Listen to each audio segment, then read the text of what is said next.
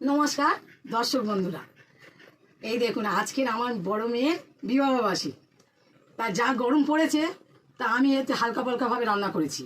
এই যেমন হচ্ছে রুই মাছের ঝোল, পটল আলু দিয়ে তরকারি, এদিকে পাঁচটা হয়ে এসছে, আর এখানে গোল গোল করে আলু ভাজা, শাক ভাজা, এখানে হচ্ছে চিংড়ির পেটের মতন করে পটল ভাজা, বেগুন ভাজা, আর এই যে মাছের কালিয়া, হ্যাঁ, আর এই যে মাছের মাথা দিয়ে ডাল, আর ওইটা চাটনি, ভাত তো আছেই, আর এই যে গোল গোল করে পাঁপড় ভেজেছি, আর বাকি রইলো মিষ্টি টিষ্টি সব আছে, ওগুলো পরে দেখাচ্ছি।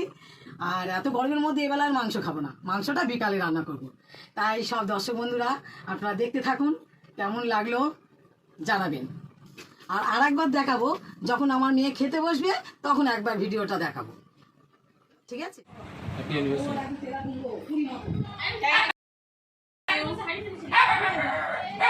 অন্যান্য বছর আমার অনেক গিফট দেয়, আজকে সময় পাইনি, মনে ছিল না, এই জন্য আজকে চকলেট নিয়ে এসছে।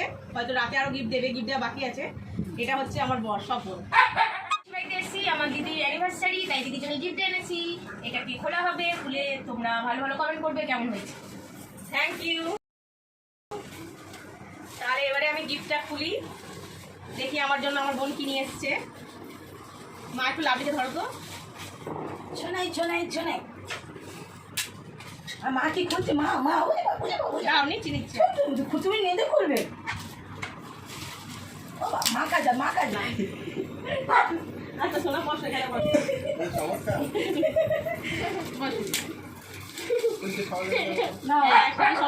সহযোগিতা করে নাও। খরচ থেকে এত ভয় লেগে থাকে, কত শান্ত। দাও শোনা, ভয় পেও না। মুখ দিয়ে ভয় পায়।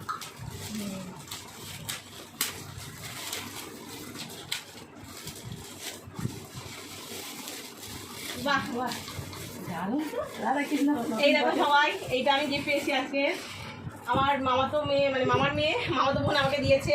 এই যে আমার মামাতো বোন, এই তার ছেলে, এই আমার ভাই, আর এই আমার মা, আর এই আমি, আর আমার মেয়ে লাভলি। আর যে ভিডিও করছে, যে ভিডিও করছে সে হচ্ছে আমার বোনের বর অমিত।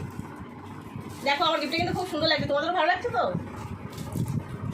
এখন আমার গিফট পাওয়া বাকি আছে, আমার বোন বর সবাই নিয়ে আসবে, আরও আমার একটা ভাই আসবে, তখন তোমাদেরকে আবার দেখাবো।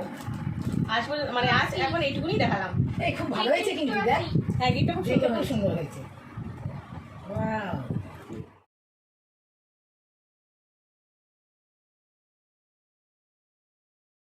চলো দর্শক বন্ধুরা, সকালে বলেছিলাম যে মেয়ের খাওয়ার সময় একবার দেখিয়ে নেবো, তা তোমরা দেখো এই হালকা পালকার মধ্যে যা রান্না করেছে। এই দেখো আমার, এটা হচ্ছে আমার ভাই দিয়ে এসছে দিদির হচ্ছে বিবাহবার্ষিকীতে, আর এই হচ্ছে আমার বড় মেয়ে সোমা ঘোষ।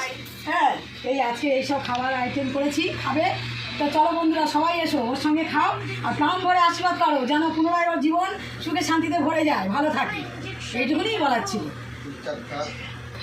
হাই বন্ধুরা, দেখো আজকে আমার মা সব নিজের হাতে রান্না করেছে। আমি খুব খুশি যে অন্যান্য দিন আমি রান্না করি, কিন্তু আজকে আমার মা কিছু করতে আমি সব নিজের হাতে রান্না করছি। যেরকম শাক ভাজা, বেগুন ভাজা, আলু ভাজা, চিংড়ির পেটের মতো করে পটল ভাজা, মাছের মাথা দিয়ে মুগ ডাল, মাছের মাথার তরকারি বা মাছের কালিয়া যেটাকে বলে, পটল দিয়ে ঝোল করেছে মা একটু কষা কষা করে বাড়ি।